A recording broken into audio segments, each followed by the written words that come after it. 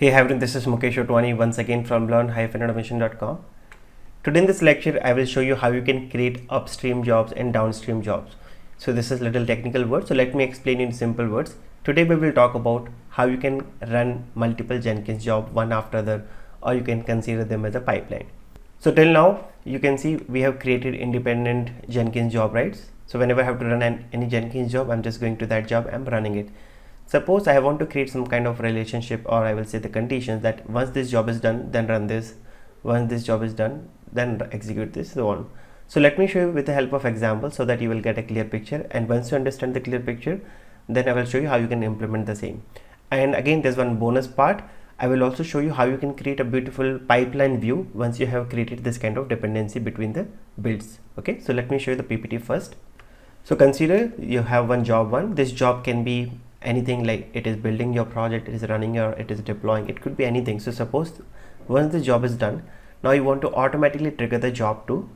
Job 2 can be again anything, depends on your use case. And once your job 2 is done, you also want to trigger job 3. So you don't want to run them one by one, you want to create a conditions that once this is done, you can execute this, and once job 2 is done, you can execute this.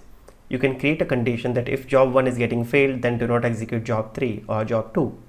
So you can customize this. I will show you in a few minutes. Another example, suppose you are building a CI/CD pipeline. Okay, so the first job can be simply building your application, second job will be running your test, and the final job will be deploying, right? So again, if you want to create again a pipeline, we are going to set up upstream and downstream jobs. Now let's take one more example. Suppose you want to have your own test pipeline. This test pipeline will simply run set of tests for you. So suppose you have a Jenkins job, I will consider this as an API test job. This job will run all the API tests for our particular project. Once my API test is done, now I want to run simply some web UI test. It could be Selenium test, Cypress, Node.js, any web UI test that you have written in an automated fashion. And once this is done, now you want to run one more job that will simply do a performance test or the security test. Okay, so these jobs can be anything, totally up to your case. And let me show you how you can configure this. So let me go back to Jenkins. Okay, so let's get started. And so guys, again, very important part, I will show you this thing in a 2 fashions. So first one is I will be creating 3 jobs, and these 3 jobs will not have any parameters. Okay, so I will run one job after other.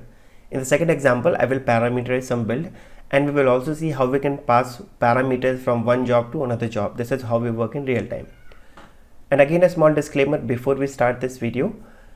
If you have a small project, this approach will work, but if you have a complex project, I will say complex CI/CD pipeline, then you have to follow, or it's good to have, if you have a Jenkins file that we will discuss in the next videos. For a smaller project, for a small pipeline, this approach will work, but if you want to build a complex pipeline, you have to go with Jenkins file, which I personally recommend. So we'll see that in upcoming videos. And again, you will get a lot of flexibility when you go with Jenkins file. Okay, now I can take existing jobs, but just to create from the scratch, I will create everything right away and we will build this relationship. Okay, so let's click on new item. Now you can create again a freestyle Maven project. I will click on freestyle and I will just give this as build, and I will click on OK. And again, I will just write some echo commands because your Jenkins jobs can be anything, so you can have to configure based on your requirement. The main purpose just to show you how we can run these jobs one after the other. So just go to build section, and I will just add a small Windows batch command, which is just a echo, and here I will just mention I will say building the application.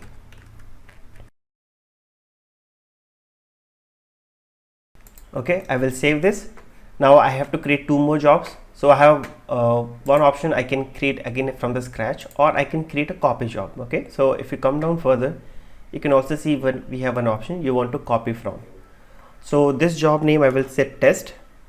Okay, and I will just copy from build job which we created just now. So I will just type B, and I will get this as auto suggestion, and it will create a new Jenkins job.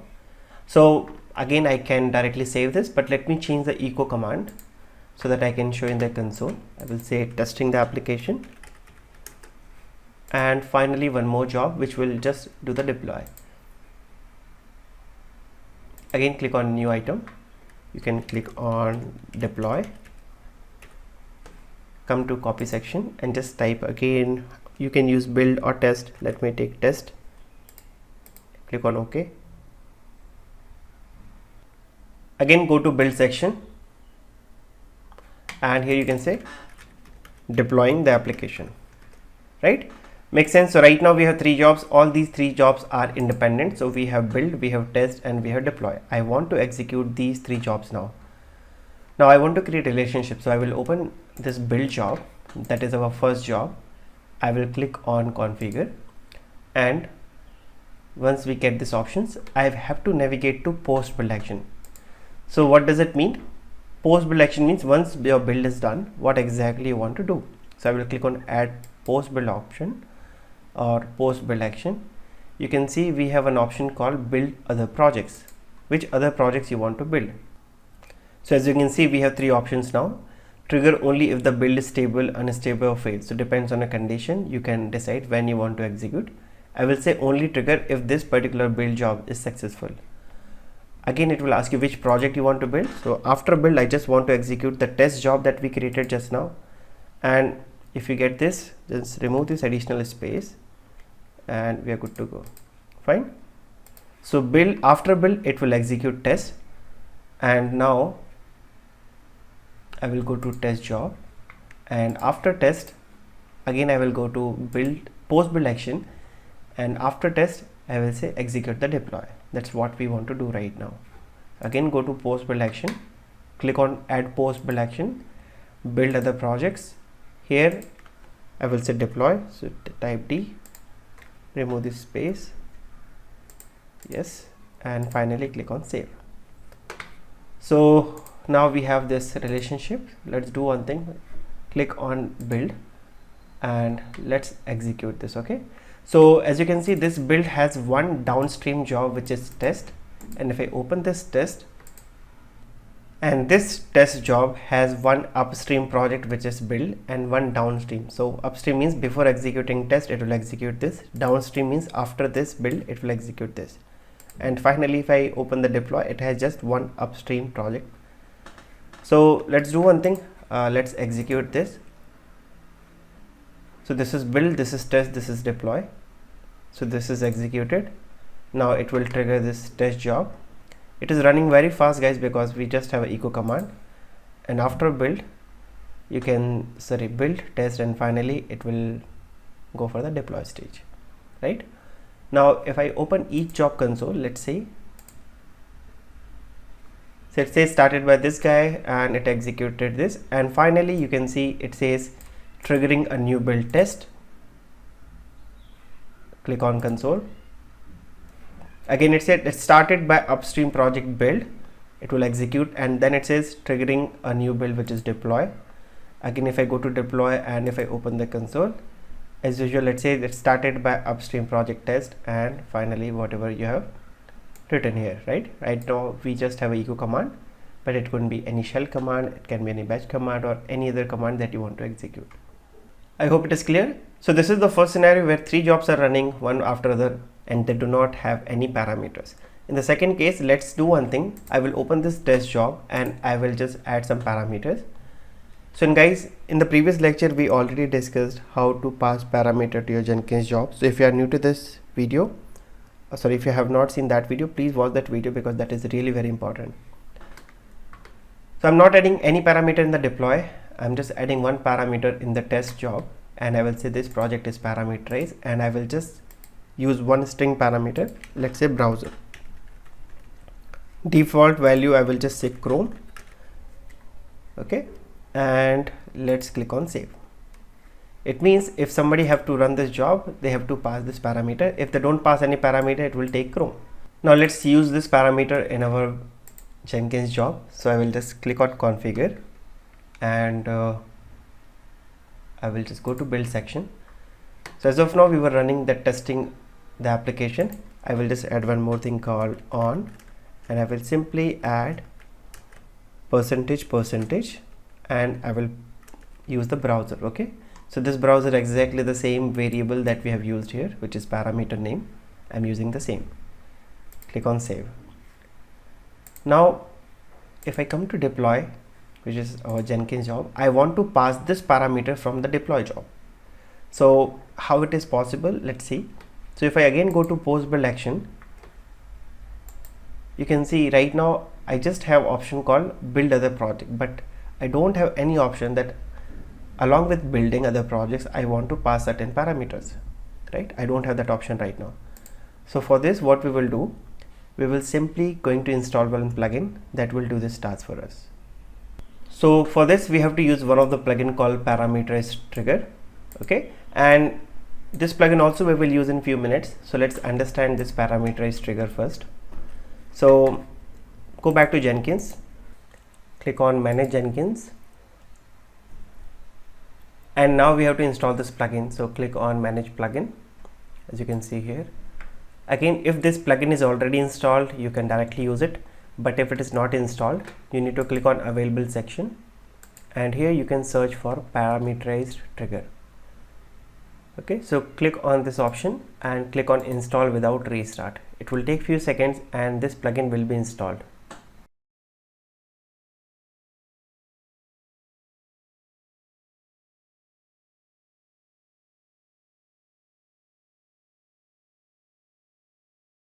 As you can see, now plugin is installed. So at first iteration it failed, it was taking some time, so we got connection timeout. So I did the same thing, I went back and I just re-entered and it worked fine, right? Now let's go back to this dashboard and let's configure this build job. So from this build job, I will be passing one parameter to this test job. So as you can see, this has build with parameters, it is accepting one parameter, but this does not have any parameter. So click on click on configure. Now build step you don't have to change, you just need to go to post build actions. Okay, so previously we selected this option, right, build other project. So now we don't need this. Click on add post build action again, and can you see this option now, trigger parameterize build on other project. It means now you can pass parameterize build. So again, same options, that which project you want to build. As usual, I will say I just want to trigger test build, which is test job. Okay, then trigger when the build is stable. You have all the options, but I will select stable as of now. So if you click on this, trigger build without parameters, as usual it will run as we discussed earlier. So click on add parameters, and you can see now we have multiple options. You can pass boolean parameters, build on the same node, current build parameters, and so on. Right now I'm going to select one predefined parameters.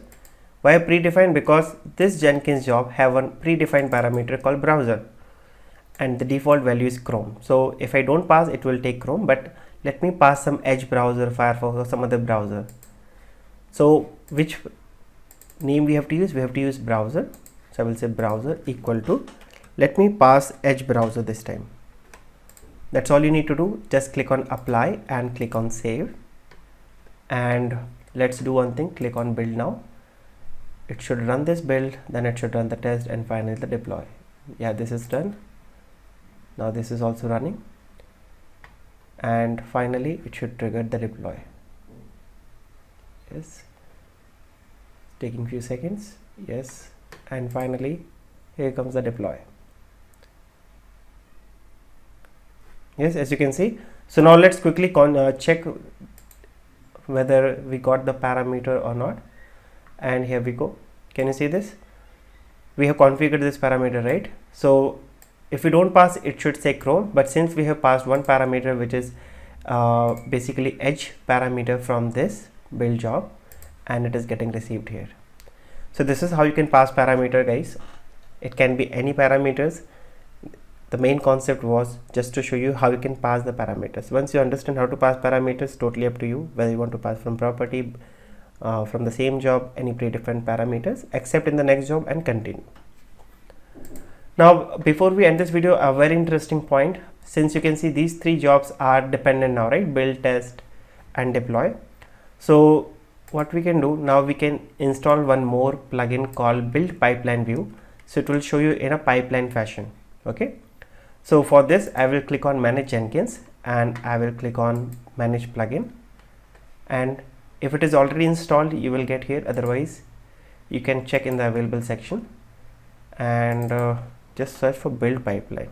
Yes, So if you see, this says this plugin will render upstream and downstream connected jobs that typically form a build pipeline. So we need the same. Click on this option and click on install without restart.